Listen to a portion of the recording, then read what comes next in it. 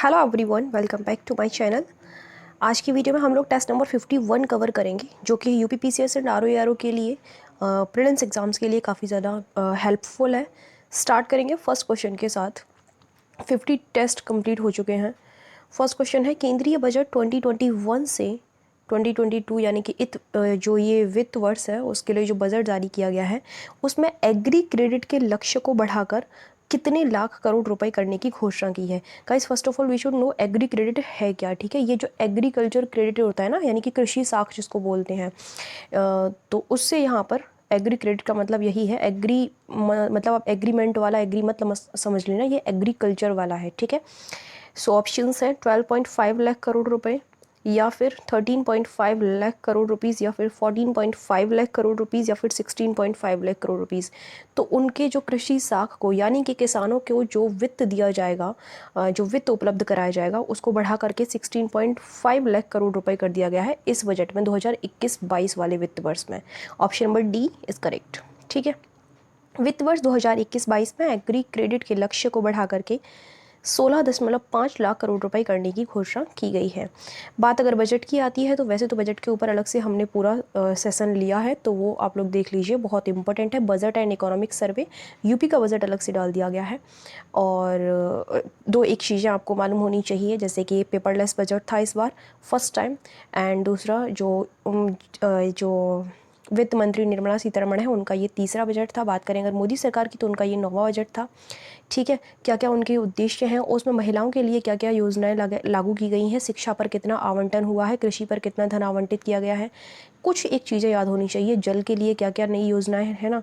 तो ये सारी चीज़ें बहुत इंपॉर्टेंट होती हैं, जो कि एग्ज़ाम में चाहे वो प्रीलिम्स हो या फिर मेंस हो, दोनों के ही लिए इम्पोर्टेंट है। ठीक है, सेकंड क्वेश्चन है, ब्रह्मांड की उत्पत्ति के संदर्भ में कौन सी अवधारणा सर्वाधिक प्रचलित है। Your options are Otto Schmidt का धूल परिकल्पना सिद्धांत, या फिर लाप्लास का निहारिका परिकल्पना सिद्धांत, या फिर जॉर्ज लेमेंटियर का बिग बैंग सिद्धांत, या फिर उपयुक्त में से कोई भी नहीं। ब्रह्मांड की उत्पत्ति के लिए सबसे ज़्यादा इम्पॉर्टेंट जो थ्योरी है, सबसे ज़्यादा इम्पॉर्टेंट जो अवधारणा मानी जाती है, वह जॉर्ज लेमेंटियर का बिग बैंग सिद्धांत माना जाता है। बहुत इंटरेस्टिंग है, समझेंगे इसको हम जब ज्योग्राफी कवर करेंगे तब। Option number C is correct. World geography से लिया गया ये क्वेश्चन है, ब्रह्मांड की उत्पत्ति के संदर्भ में 3 प्रमुख अवधारणाएं वैसे प्रचलित हैं, लेकिन सबसे ज़्यादा उसको माना जाता है। 3 अवधारणाएं जो हैं, पहली है ऑटो स्मिथ का धूल परिकल्पना सिद्धांत, लाप्लास का निहारिका परिकल्पना सिद्धांत, थर्ड है जॉर्ज लेमेंटियर का बिग बैंग सिद्धांत। ये मोस्ट इंपॉर्टेंट है। ठीक है, इसमें सबसे अधिक मान्य जो है वो बिग बैंग का सिद्धांत है। इसके अनुसार आज से 15 वर्ष पूर्व संपूर्ण ब्रह्मांड एक गर्म सघन बिंदु पर केंद्रित था, लाइक दिस। ठीक है, अत्यधिक संकेंद्रण के कारण बिंदु में आकस्मिक महाविस्फोट हुआ, जिसे ब्रह्मांड विस्फोट या फिर बिग बैंग की संज्ञा दी जाती है। विस्फोट के पश्चात ब्रह्मांडीय पदार्थ चारों ओर फैल गया। जब वह गर्म गोला या फिर गर्म जो बिंदु था, उसमें से जो भी पदार्थ निकला, जो भी विस्फोट हुआ था, तो वो सारा पदार्थ क्या हुआ, इधर उधर बिखर गया। ठीक है, पूरे में यह पदार्थ ही विभिन्न मंदाकिनियों के रूप में हमें जो है हमारा दृश्य है, या फिर जो हमें दिखाई देता है। पूरी थ्योरी को अच्छे तरीके से तभी समझेंगे, अभी फ़िलहाल इसको हम नहीं सोचते, क्योंकि बहुत बड़ी चीज़ है ये। नेक्स्ट है सोहा गीवरवा वन्य जीव विहार कहाँ अवस्थित है। ऑप्शन है महाराजगंज, श्रावस्ती, बलरामपुर, या फिर पीलीभीत। यूपी के बारे में बात हो रही है, यूपी स्पेशल से लिया गया क्वेश्चन है एक्चुअली। महाराजगंज में है, option number A is correct. Sohagibarwa वन्यजीव विहार उत्तर प्रदेश के महाराजगंज में अवस्थित है। ठीक है, ओके। नेक्स्ट क्वेश्चन है, नेक्स्ट क्वेश्चन की बात करेंगे। सोनभद्र, गौतम बुद्ध नगर, कानपुर एंड अंबेडकर नगर। ठीक है, इन चारों के बारे में प्रश्न ये है कि उपयुक्त स्थानों में से कहाँ पर एनटीपीसी की ताप विद्युत परियोजना स्थित है। Your options are 1 and 2, 2 and 3, या फिर केवल 1, 2 और 3, या फिर 1, 2 और 4। ठीक है, कई बार ऑप्शंस को दोबारा से देख लीजिए अच्छे तरीके से। एनटीपीसी की ताप विद्युत परियोजनाएं स्थित है कहाँ पर है, ये बताना है आपको। तो ये एक तो सोनभद्र में भी है, गौतम बुद्ध नगर में भी है, इसके अलावा अंबेडकर नगर में भी है, कानपुर में नहीं है। Option number D is correct. Singrauli, Sonbhadra और अच्छा, उनके नाम दिए गए हैं कि कहाँ कहाँ पर हैं, ठीक है, कहाँ पर किस नाम से हैं। सिंगरौली उत्तर प्रदेश में, और रिहंद सोनभद्र में, दादरी में, गौतम बुद्ध नगर में यूपी में, टांडा में, अंबेडकर नगर में, और ऊंचाहार रायबरेली में। ठीक है, तो ये नाम आपको सारे ही याद होने चाहिए। नेक्स्ट है, निम्नलिखित कथनों पर विचार कीजिए और कोड के माध्यम से सही उत्तर का चयन कीजिए। फर्स्ट है, इन्वायरमेंट से लिया गया क्वेश्चन है कि स्टोन प्रजाति की अवधारणा रॉबर्ट टी पेन द्वारा जो है पेश की गई थी। नेक्स्ट है, स्थायी विकास की अवधारणा का प्रतिपादन सर्वप्रथम ब्रंटलैंड ने किया था। ऑप्शंस एज ऑलवेज वही रहेंगे, केवल एक सही है, केवल दो सही है, एक और दो दोनों सही है, या फिर ना तो एक और ना ही दो। देखिए, की स्टोन प्रजाति की अवधारणा सबसे पहले रॉबर्ट टी पेन ने दी थी, बिल्कुल सही कथन है ये। और स्थायी विकास की अवधारणा का प्रतिपादन सर्वप्रथम ब्रंटलैंड ने किया था, ये भी बिल्कुल करेक्ट है। प्लीज़ उनके नाम याद रखा करिए, ठीक है। तो इट मीन्स हमारा ऑप्शन नंबर सी जो है करेक्ट हो जाएगा, यानी कि पहला और दूसरा दोनों ही करेक्ट है। नेक्स्ट है, प्रत्येक व्यक्ति के कार्बन फुटप्रिंट का आकलन करने वाला पहला राज्य अथवा केंद्र शासित प्रदेश कौन सा बना है, यानी कि वह आपका स्टेट भी हो सकता है या फिर यूनियन टेरिटरी भी हो सकता है। ऑप्शंस हैं गोवा, दिल्ली, चंडीगढ़ या फिर उत्तराखंड, ठीक है। तो वो है आपका Chandigarh, option number C is correct. हाल ही में चंडीगढ़ ने कार्बन वॉच नामक एक मोबाइल एप्लीकेशन लॉन्च किया है।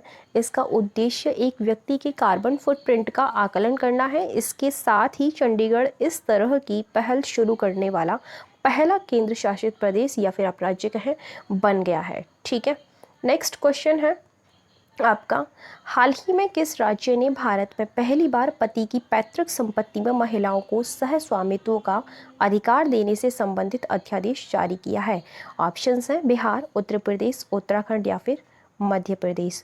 तो वह उत्तराखंड है जिसने ऐसा प्रावधान किया है, option number C is correct. Uttarakhand सरकार ने पति की पैतृक संपत्ति में महिलाओं को सह स्वामित्व का अधिकार देने से संबंधित अध्यादेश जारी किया है। हाल ही में अटलांटिक महासागर को पार करने वाली सबसे कम उम्र की महिला कौन बनी है। योर ऑप्शंस आर कीस चैन, निकिता, जैस्मिन हैरिसन या फिर उपयुक्त में से कोई भी नहीं। जैस्मिन हैरिसन है जो कि अटलांटिक महासागर को पार करने वाली सबसे कम उम्र की महिला बनी है, option number C is correct. England की एक ब्रिटिश महिला जैस्मिन हैरिसन अटलांटिक महासागर को अकेले पार करने वाली सबसे कम उम्र की महिला बन गई हैं। नेक्स्ट, किसके द्वारा दिए जाने वाले निर्णायक मत का प्रावधान अनुच्छेद 100 के एक में, यानी कि जो उसका फर्स्ट क्लॉज है उसमें है। ऑप्शंस लोकसभा अध्यक्ष, राज्यसभा के सभापति, विधानसभा अध्यक्ष या फिर विधान परिषद के सभापति। तो इसमें जो लोकसभा के अध्यक्ष हैं उनके निर्णायक मत का प्रावधान है, यानी कि जब इक्वल हो जाते हैं वोट तो निर्णायक मत एक देना पड़ता है, तो वो लोकसभा अध्यक्ष के द्वारा दिए जाने का प्रावधान इसमें है, इस अनुच्छेद में, ठीक है। Option number A is correct. Political science से लिया गया क्वेश्चन है, लोकसभा अध्यक्ष द्वारा दिए जाने वाले निर्णायक मत का प्रावधान अनुच्छेद 100 के पहले क्लॉज में है। इस मत का उद्देश्य गतिरोध को हल करना होता है। ऑब्वियस सी बात है, जब इक्वल हो जाते हैं तो उसमें गतिरोध उत्पन्न हो जाता है कि अब किसकी माना और किस पार्टी की सुने। तो जो है मतलब कि पक्ष वाले जो लोग हैं उनकी सुने या फिर विपक्ष वालों की सुने, तो उसमें गतिरोध वाला जो मामला होता है उसको क्लियर करने के लिए, उस सॉल्व करने के लिए जो लोकसभा अध्यक्ष हैं वो निर्णायक मत देते हैं। ध्वनि का प्रभाव मानव कान में कितनी देर तक रहता है। ऑप्शंस यहाँ पर दिए गए हैं आपको, 1/10 सेकेंड, 2/10 सेकेंड या फिर 3/10 सेकेंड या फिर 4/10 सेकेंड। तो मानव कान में यह कितनी देर तक इसका प्रभाव रहता है, 1/10 second, option number A is correct, ठीक है। इतने ही टाइम तक वह रह पाता है। फिजिक्स का क्वेश्चन है, ध्वनि का प्रभाव मानव कान में 1/10 सेकेंड तक रहता है। नेक्स्ट क्वेश्चन है, फिजिक्स में से आपके कुछ ही क्वेश्चंस आते हैं। फिजिक्स और केमिस्ट्री पर सबसे लास्ट में ध्यान दीजिए, पहले बायोलॉजी पर थोड़ा सा ध्यान दीजिए। निम्नलिखित कथनों पर विचार कीजिए और कोड के माध्यम से सही उत्तर का चयन कीजिए। निंदा प्रस्ताव केवल लोकसभा में ही लाया जा सकता है। सेकंड है, स्थगन प्रस्ताव केवल राज्यसभा में ही पेश किया जा सकता है। ऑप्शंस केवल एक सही है, केवल दो सही है, एक और दो दोनों सही है, या फिर ना तो एक और ना ही दो, ठीक है। बात कुछ ऐसी है कि जो निंदा प्रस्ताव है वह केवल लोकसभा में ही लाया जा सकता है। ऐसी बात तो सही है, लेकिन स्थगन प्रस्ताव केवल राज्यसभा में लाया जा सकता है, ये सही नहीं है क्योंकि ये दोनों में लाया जा सकता है। इट मीन्स ये गलत हो जाएगा। So your answer is only one, option number A is correct. Am I right? Yes, political science से लिया गया क्वेश्चन है। किसी अविलंबनीय लोक महत्व के विषय पर चर्चा करने हेतु सदन की नियमित कार्यवाही को स्थगित कराना स्थगन प्रस्ताव का उद्देश्य होता है। यहाँ शॉर्ट में आप लोगों को समझा दिया गया। बाकी हम लोग अपनी जीएस की सीरीज़ में डिटेल में सारे चैप्टर्स को कवर करते आ रहे हैं, तो इसको भी डेफिनेटली कवर करेंगे पार्लियामेंट वाले चैप्टर में। सो यह प्रस्ताव लोकसभा एवं राज्यसभा दोनों में पेश किया जा सकता है। इट मीन्स आपका जो सेकंड स्टेटमेंट है वह रॉन्ग एंड फर्स्ट वाला करेक्ट है। अनुसूचित जनजाति संख्या में शीर्ष प्रतिशतता वाले राज्य कौन से हैं? जनजाति संख्या में शीर्ष प्रतिशतता वाले राज्य पूछे गए क्रमशः। ठीक है, सीक्वेंस पूछा गया है, इनको मैं यहाँ रीड नहीं करूँगी, डायरेक्ट आंसर बताऊँगी मैं। जो एग्जैक्ट यानी कि करेक्ट जो सीक्वेंस है that is Mizoram, Nagaland and Meghalaya. It means option number B is correct. Indian geography से लिया गया क्वेश्चन है। अनुसूचित जनजाति संख्या में शीर्ष प्रतिशतता वाले राज्य मिजोरम 94.4% एंड नागालैंड और मेघालय हैं। ठीक है, अनुसूचित जनजाति की बात हो रही है ना। ओके, नेक्स्ट, शीर्ष साक्षरता दर वाले राज्यों में कौन तीसरे स्थान पर है? ऑप्शंस हैं केरल, मिजोरम, गोवा या फिर त्रिपुरा। आपको तो पता होगा इसका आंसर। शीर्ष साक्षरता वाले राज्यों की बात हो रही है तो फर्स्ट तो पता होना चाहिए, ठीक है, लेकिन तीसरे स्थान पर पूछ रहा है वो, तो आंसर जो है इसका गोवा है। ऑप्शन नंबर सी इस करेक्ट। थर्ड पर आता है। फर्स्ट पर केरल है। ठीक है, केरल का लिटरेसी रेट काफ़ी अच्छा है, 96 समथिंग है कुछ। मिज़ोरम है, फिर उसके बाद गोवा थर्ड पर है और त्रिपुरा फोर्थ पर है। ठीक है, केरल एक्चुअली बहुत डेवलप्ड स्टेट है, बहुत ज़्यादा अच्छा, और वहाँ का लिटरेसी रेट भी काफ़ी अच्छा है। ठीक है, इस टाइम पर भी सोचिए सारे स्टेट्स के पास जो है ऑक्सीजन अवेलेबल नहीं है ना, बेड्स अवेलेबल नहीं है, और केरल एक अकेला ऐसा स्टेट है जो कि अदर स्टेट्स को ऑक्सीजन प्रोवाइड करा रहा है। बहुत बड़ी बात है ये। तो ठीक है, ऑप्शन नंबर जो है सी करेक्ट हो जाएगा। सीखना चाहिए कुछ केरल वालों से। सोयाबीन के संदर्भ में कौन सा कथन गलत है? ऑप्शंस हैं, यह एक तिलहनी व दलहनी दोनों प्रकार की फसल है। इसमें 40 to 45% प्रोटीन पाया जाता है। इससे निर्मित दूध गाय के दूध के समान पौष्टिक होता है। इसमें 5 to 10% तेल पाया जाता है। आंसर्स कर दीजिए क्या है इसका। देखिए, इसमें 5 से 10% तेल पाया जाता है सिर्फ, ऐसा तो नहीं है, ज़्यादा पाया जाता है। कितना? 20 से 22% तक पाया जाता है, तो ये गलत हो जाएगा। ऑप्शन नंबर डी गलत है। इट मीन्स आंसर हमारा डी ही है। एग्रीकल्चर से लिया गया क्वेश्चन है। सोयाबीन में 20 से 22% तेल पाया जाता है। अन्य कथन बिल्कुल सही है। कौन सा पादप हार्मोन कोशिका विभाजन तथा जीर्णावस्था को रोकने में महत्वपूर्ण भूमिका निभाता है? ऑप्शंस हैं जिब्रेलिन, इथाइलिन, साइटोकाइनिन या फिर ऑक्सिन्स। ठीक है, सो करेक्ट आंसर है cytokinin. Option number C is correct. Agriculture से लिया गया है। साइटोकाइनिन कोशिका विभाजन तथा जीर्णावस्था को रोकने में महत्वपूर्ण भूमिका निभाता है। निम्नलिखित युग्मों में से कौन सा सही सुमेलित नहीं है? फल दिए गए हैं और प्रजातियों के नाम दिए गए हैं यहाँ पर। आम की प्रजाति, निरंजन जो है आम की एक प्रजाति है, इस तरीके से बताना है। रेड डेलिसियस ये एक सेब की प्रजाति है। ललित एक आंवला की प्रजाति है। केला की प्रजाति मंथन है। ये आपको बताना है इसमें से करेक्ट कौन सा आंसर है, सॉरी इनकरेक्ट कौन सा पेयर है। ओके, सो आंवला की प्रजाति ललित है नहीं, क्योंकि ललित अमरूद की प्रजाति है। ऑप्शन नंबर सी आंसर होना चाहिए हमारा।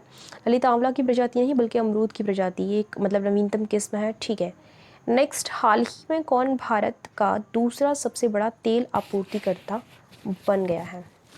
ऑप्शंस हैं सऊदी अरब, इराक, यूएसए या फिर वेनेजुएला।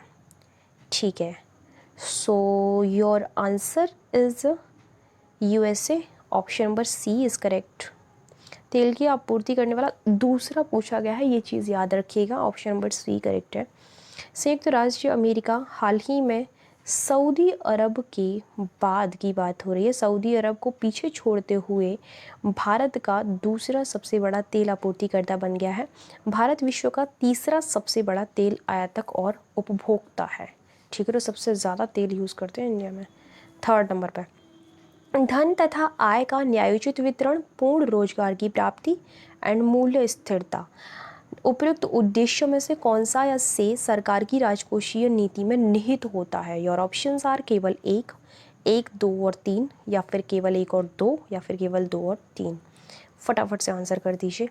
तीनों ही चीज़ें होती हैं उसमें, तो शामिल बता चुकी हूँ आप लोगों को एक बार एक्सप्लेनेशन में मैंने समझाया था राजकोषीय घाटे के बारे में तब। धन तथा आय का न्यायोचित वितरण, बिल्कुल सही बात है। पूर्ण रोजगार प्राप्ति भी शामिल होती है और मूल्य स्थिरता भी शामिल होती है, राजकोषीय नीति में निहित होता है। ठीक है, तो आंसर क्या हो जाएगा भाई? एक, दो, तीन। इकोनॉमी से लिया गया क्वेश्चन है, भारत सरकार की राजकोषीय नीति में धन तथा आय के न्यायोचित वितरण, पूर्ण रोजगार की प्राप्ति व मूल्य स्थिरता का उद्देश्य निहित होता है। नेक्स्ट क्वेश्चन है, हरियाणा के बाद किस राज्य द्वारा निजी नौकरियों में 75% स्थानीय आरक्षण की व्यवस्था की गई है? और ऑप्शंस आर उत्तर प्रदेश, झारखंड, बिहार और छत्तीसगढ़। कौन सा ऐसा स्टेट है जहाँ पर ये 75% स्थानीय आरक्षण देने की व्यवस्था की गई है? वह स्टेट झारखंड है और कोई नहीं है। Option number B is correct. Okay. Jharkhand cabinet ने स्थानीय लोगों के लिए निजी क्षेत्र की इकाइयों में प्रतिमाह 30,000 रुपये तक वेतन वाली 75% नौकरियों को आरक्षित करने संबंधी रोजगार नीति को मंजूरी दी है। ठीक है।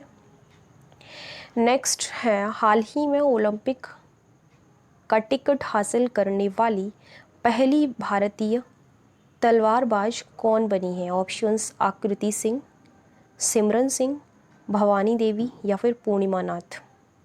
स्पोर्ट्स से लिया गया क्वेश्चन है और कई बार हम लोग स्पोर्ट्स से लिए गए जो क्वेश्चन होते हैं तो उनके प्लेयर्स के नेम में बहुत ज़्यादा कंफ्यूज हो जाते हैं।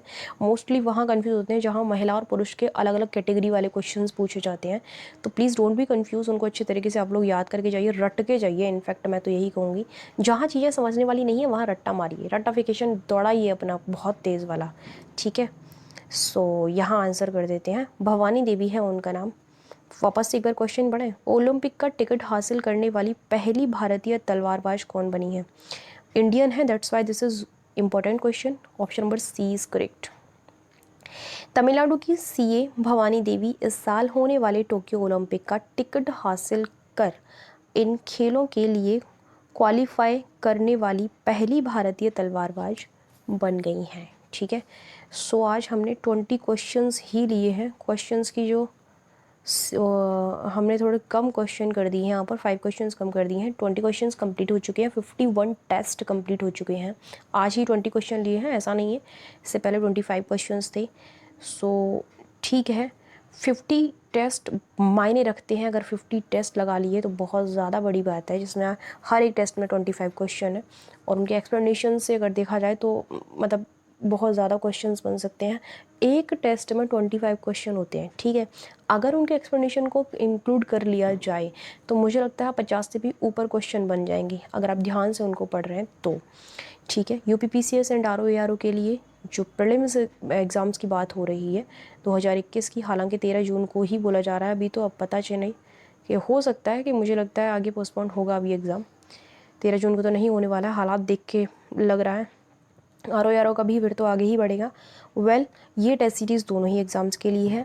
अगर आप लोगों को इंटरेस्ट है तो आप लोग हमारी पेड टेस्ट सीरीज़ जो है वो भी ज्वाइन कर सकते हो, जो कि हमारी साइट पर है, जहाँ पर सारे कोर्स अवेलेबल हैं और लिंक जो है के डिस्क्रिप्शन बॉक्स में दे रखा है। 25% डिस्काउंट चल रहा है इस टाइम पर, तो काफ़ी ज़्यादा आप लोगों को प्रॉफिट होने वाला है।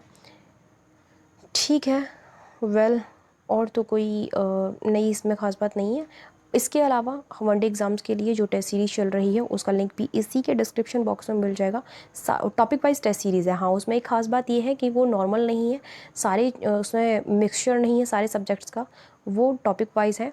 तो उसमें क्या है, हम पहले हमने ज्योग्राफी का स्टार्ट किया है, ज्योग्राफी सब्जेक्ट से स्टार्ट किया है, तो उसके 3-4 टॉपिक कंप्लीट हो चुके हैं। काफ़ी इंटरेस्टेड है वो भी, सो वो आप लोग लगा सकते हो। ठीक है, चाहो तो उसमें ये ज़रूरी नहीं है कि वनडे एग्ज़ाम्स के लिए ही है, वैसे तो उसमें हम लोगों ने हाईलाइट वनडे एग्ज़ाम्स को ही किया है, जैसे कि यूपीएसआई है, ठीक है, यूपी पुलिस है और एनडीए, एसएससी, सीएचएसएल और बैंकिंग क्लर्क वगैरह, ये सारी चीज़ें जो हैं इनके एग्ज़ाम्स उससे अच्छे तरीके से क्वालिफाई हो सकते हैं। सो ठीक है, लगा लीजिए, वो भी टेस्ट सीरीज़ इंपॉर्टेंट है काफ़ी ज़्यादा। बाकी ख्याल रखिए अपना और अपने परिवार का, दूसरों का। Thank you so much for watching my video. मिलते हैं हम लोग नेक्स्ट वीडियो में, तब तक के लिए धन्यवाद।